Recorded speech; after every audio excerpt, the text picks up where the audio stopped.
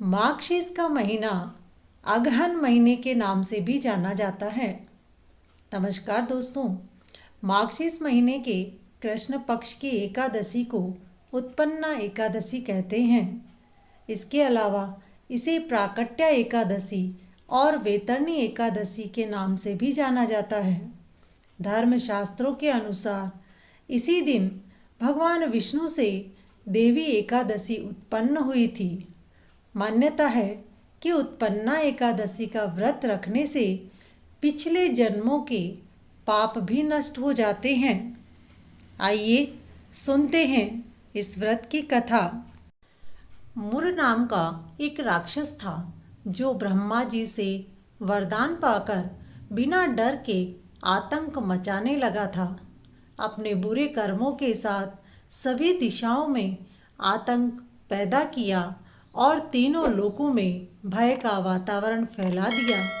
राक्षस मुर की शक्तियों और गलत कर्मों के कारण सभी देवताओं को बहुत भय लगने लगा। सभी देवता मदद के लिए भगवान विष्णु के पास गए। तब भगवान विष्णु ने सैकड़ों वर्षों तक उसके साथ युद्ध किया। युद्ध सैकड़ों वर्षों तक इसीलिए चला क्योंकि ब्रह्मा जी द्वारा मिले वरदान से त्रिदेवों ब्रह्मा विष्णु महेश के हाथों से उसको मृत्यु प्राप्त नहीं होने वाली थी। इस लंबे युद्ध में थकान की वजह से भगवान विष्णु थोड़ा आराम करना चाहते थे। इसीलिए उन्होंने हिमावती नाम की गुफा में प्रवेश किया और वहां सो गए। उस समय दानव मुर ने केवल गुफा के अंदर प्रवेश करके भगवान विष्णु की हत्या के बारे में सोचा ही था कि तभी उस विशेष पल में भगवान विष्णु के शरीर के तेज से एक खूबसूरत महिला उत्पन्न हुई। उसने देखा भगवान विष्णु निद्रा में है। यह राक्षस उनकी निद्रा में बाधा डाल देगा। यही सोचकर अकेले ही उसने लंबी लड़ाई के बाद राक्षस मुर को मार डाला। उस समय भगवान विष्णु जब जागे तो राक्षस के मृत शरीर को देखकर वे चौंक गए। उस महिला ने भगवान विष्णु से क्षमा मांगी कि बिना उनकी आज्ञा के ही उसने राक्षस को मार दिया। भगवान बोले, हे देवी, तुम माघशीस कृष्ण पक्ष की तिथि को उत्पन्न हुई हो और तुम्हारे कारण तीनों लोगों को राक्षस मुर के अत्याचारों से मुक्ति मिली है। इसलिए तुम उत्पन्ना एकादशी के नाम से जानी जाओगी। जो कोई इस एकादशी का व्रत करेगा उसे मेरी विशेष कृपा प्राप्त होगी और उसके जन्म जन्मांतर के पाप नष्ट हो जाएंगे।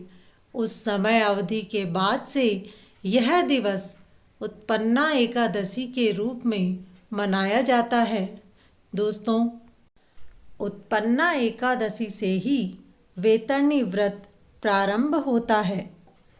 एकादशी को निगूढ़ व्रत किया जाता है। द्वादशी को नमक रहित फलहार किया जाता है। त्रयोदशी के दिन हविष्य धान खाया जाता है। इस प्रकार से 1 वर्ष या 2 वर्षों तक इस व्रत को करके उत्पन्ना एकादशी के दिन ही इसका उद्यापन होता है। एकादशी को उद्यापन करने के लिए लक्ष्मी नारायण जी की और गाय की मूर्ति अपनी श्रद्धा अनुसार बनवाकर ब्राह्मण को दान देनी चाहिए। इच्छा अनुसार मृत्यु से पहले सुख सेज का दान भी करना चाहिए। सुख सेज में ब्राह्मण ब्राह्मणी के कपड़े और काम आने वाले बिस्तर से लेकर ओढ़ने तक के सामान, 16 श्रृंगार का सामान जैसे छाता आदि भी दान दिया जाता है। अपनी श्रद्धा अनुसार कोई घर ला करके गाय की 10-15 दिन सेवा करे और जिसके निमित्त देनी चाहिए उस प्राणी के निमित्त ब्राह्मण को दान दे देना चाहिए। कहा जाता है कि यही गाय मृत्यु के बाद वैतरणी नदी को पार करवाती है। तो बोलो प्रेम से उत्पन्ना एकादशी की जय, भगवान विष्णु की जय। दोस्तों, ऐसे ही वीडियो देखने के लिए चैनल को सब्सक्राइब करें और नोटिफिकेशन पाने के लिए बेल आइकन पर क्लिक करें। धन्यवाद।